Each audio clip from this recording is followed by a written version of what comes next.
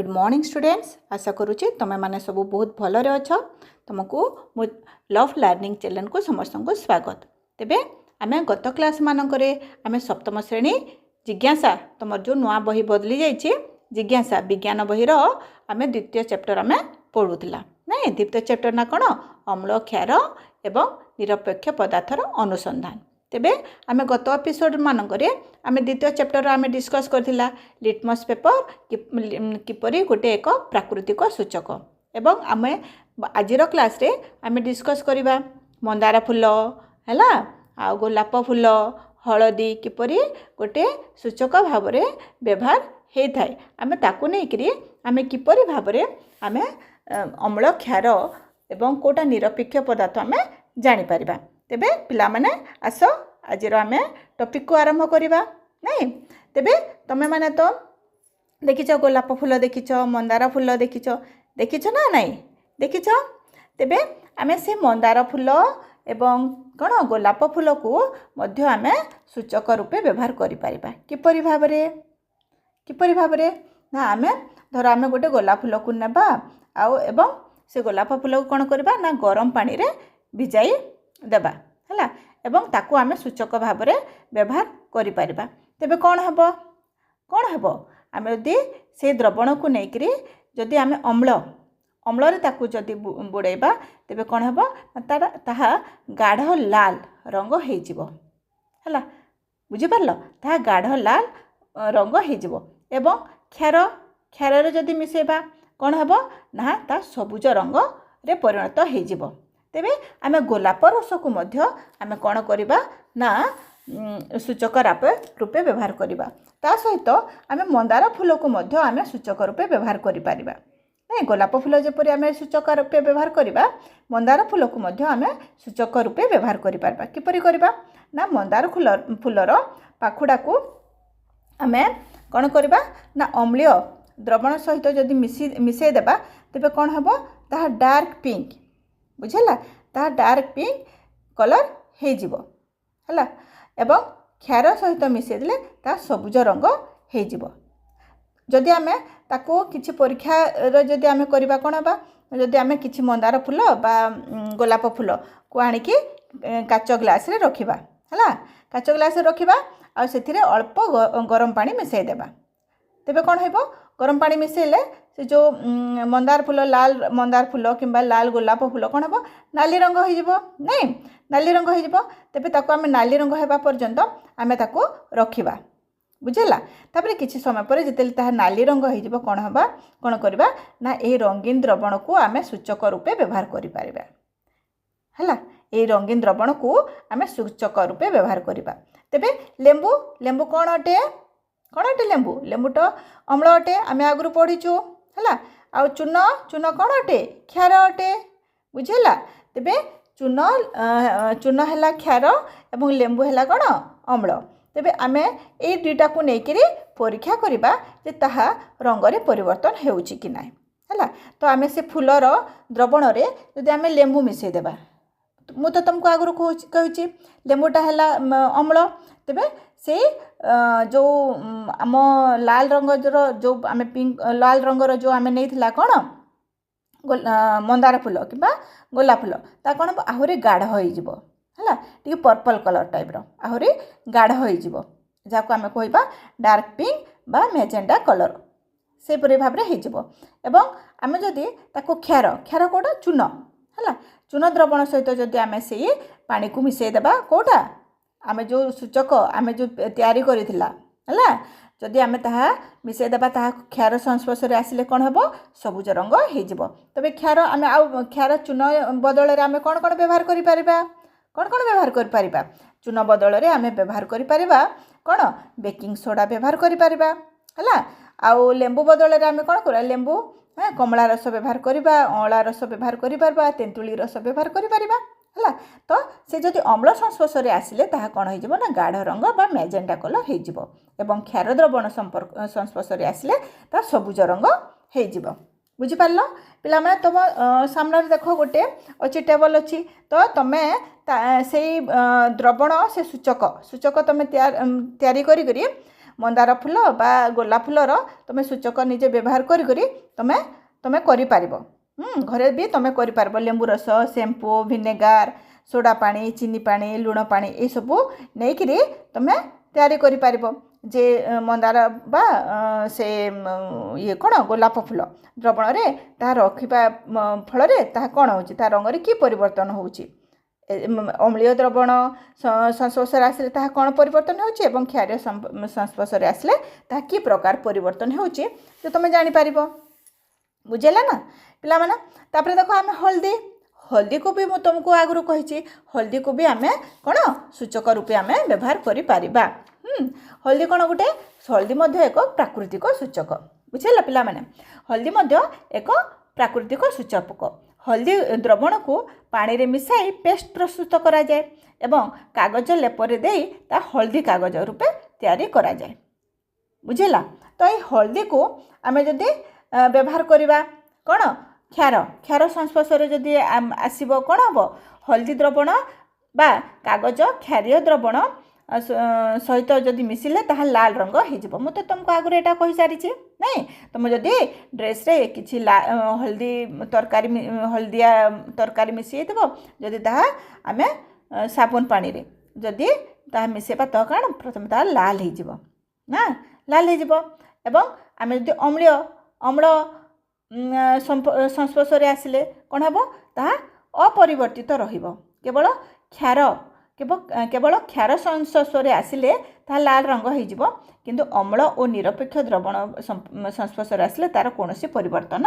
हेबो नहीं तेबे तुम सामने देख गोटे सारणीटे अच्छे तो तुम निजे से द्रवण को लेकिन तुम परीक्षा करा लेंबू रस कमला रस विनेगार चून पानी चीनी पानी लुण पानी खाइबा सोडा गाधुआ सोडा पानी ये सब तुम नहीं तुम हल्दी सहित हल्दी द्रवण सहित तुम नहीं तुम निजे परीक्षा कर घरे है तुम यहाँ होमवर्क तुम घरे करके देख होची कि नाई जे है मत कहला कि नाई जे बुझेला पिला माने तापर देखो आमर जो तुम तुम गोटे तमने गोटे जिज्ञासा भरा गोटे क्वेश्चन कौन ना आम तुम शुणिछ एसिड रेन शुणिछ ना पिला माने एसिड रेन कौन सेटा ना वर्षा जल रे अत्यधिक अम्ल थिले याको अम्ल वर्षा बोली कहा जाए तेबे ए अम्ल वर्षा कोठी आसे ए जो अम्ल जो वर्षा जो है सेटा कोठू आसे से अम्लटा कोठू आसे ना वायुमंडल रे थिबा प्रदूषक अंगारकाम्ल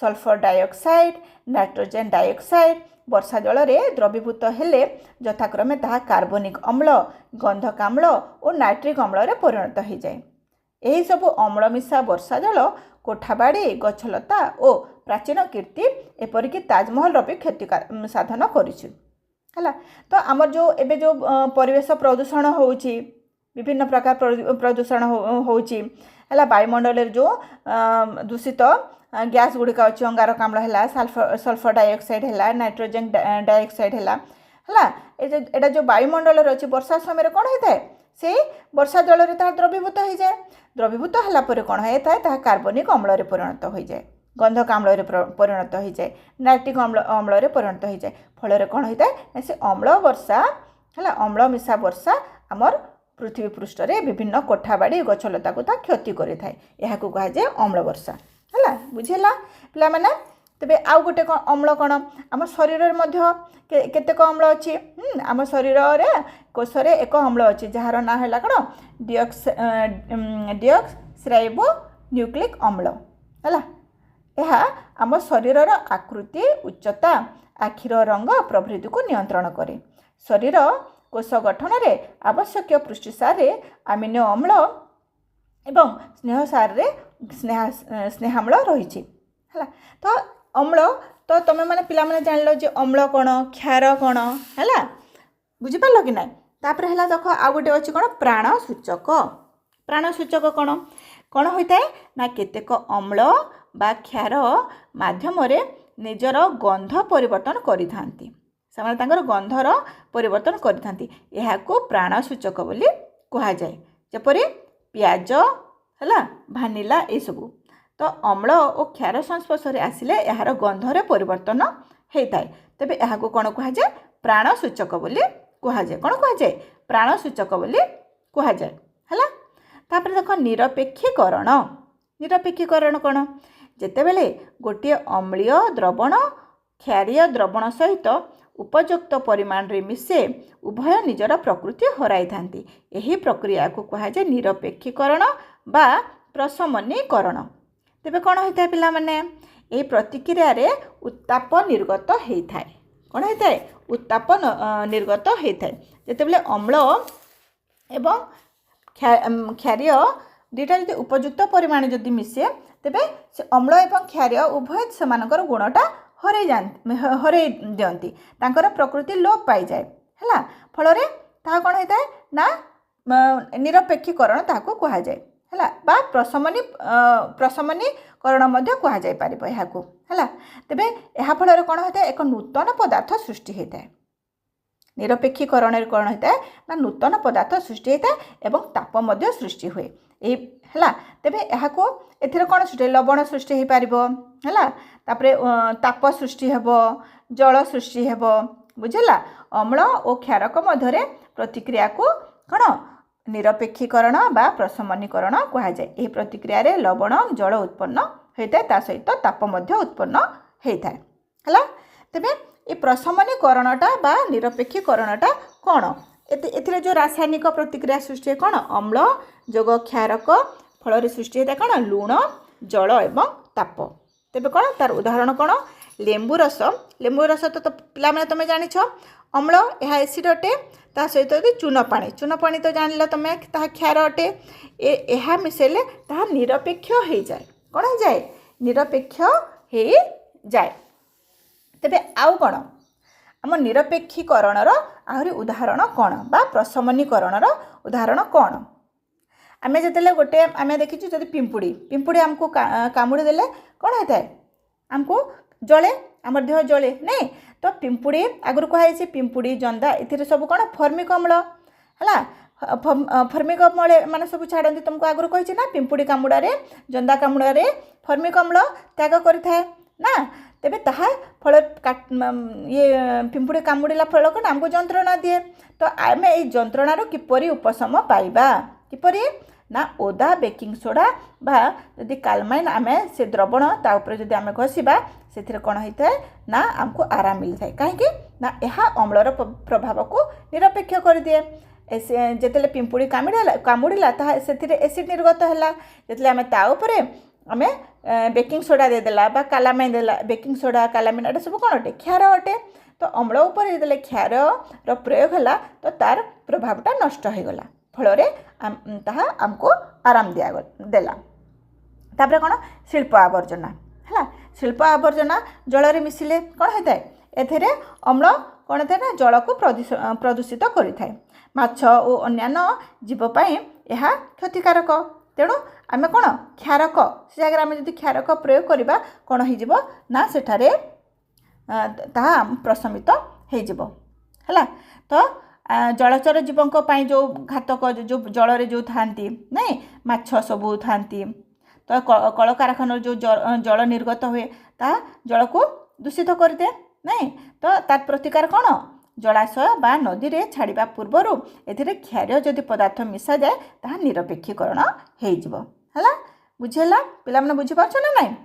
ଯଦି ବୁଝିପାରୁଛ ତ କମେଣ୍ଟରେ ଲେଖ, ଆଉ ଯଦି ବୁଝି ନ ପାରୁଛ ତାହା ମଧ୍ୟ କମେଣ୍ଟରେ ଲେଖ। ଫଳରେ କ'ଣ ହେବ ନା ତୁମେମାନେ ଜାଣିପାରିବ ହେଲା। ତାପରେ ଦେଖ ମୃତ୍ତିକାର ଉପଚାର।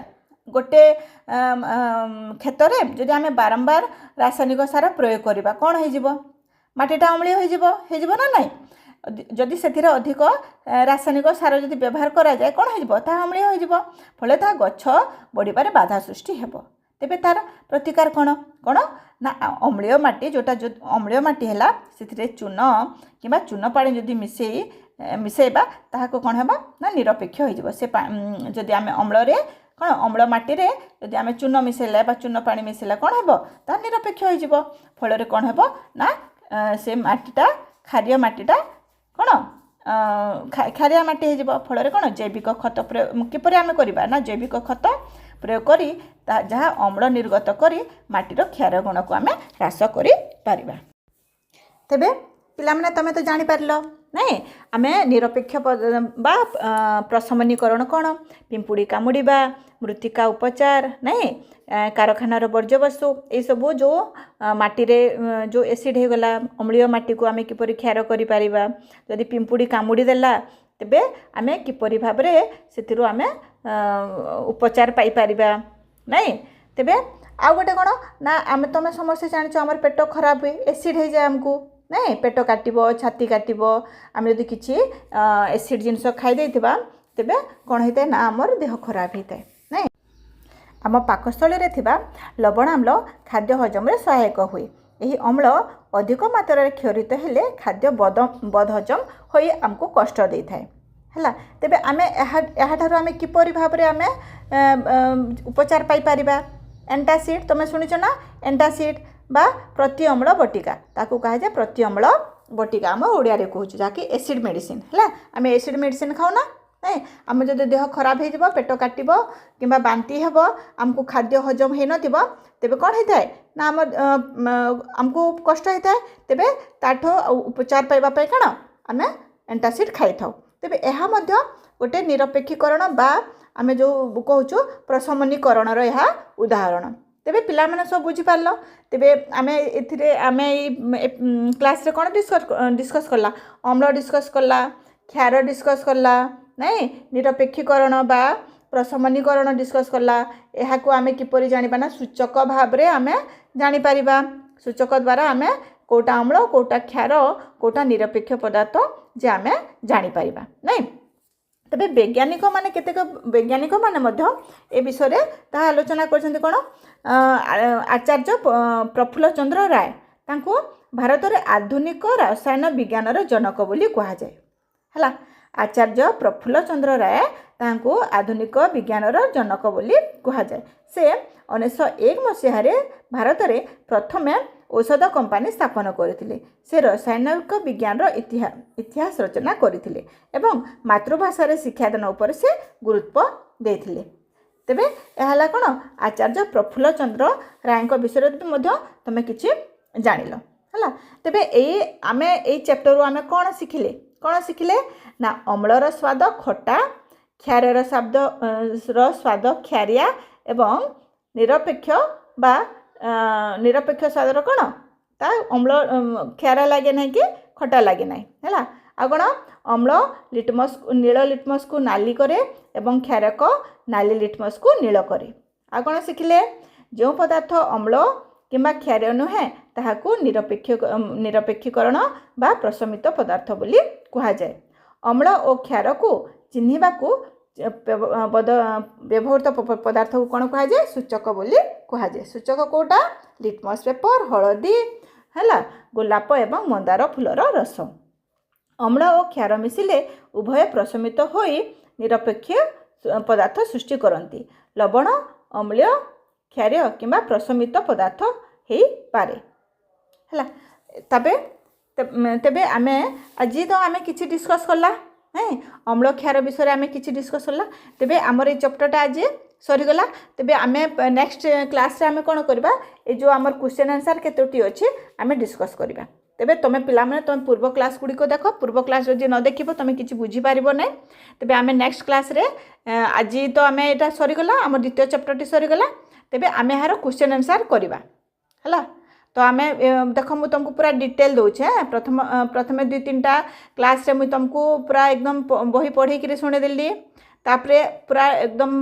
डिस्कस करला अम्ल क्षार सूचक सब डिस्कस करला तापरे नेक्स्ट क्लास रे आमे कोन करबा यार क्वेश्चन आंसर सब डिस्कस करबा हला तमे ए क्लास गुडी को भल करी देख फल तमे भल करी बुझी पारिबो हला भल करी बुझी पारिबो एवं तुम जदि भल लागुची तुम सांग मान को मध्य यह देखैबो हला आज पई हला एतके आउ नेक्स्ट एपिसोड रे नेक्स्ट क्लास रे आमे हार क्वेश्चन आंसर डिस्कस करबा हला आज पे एतके नमस्कार।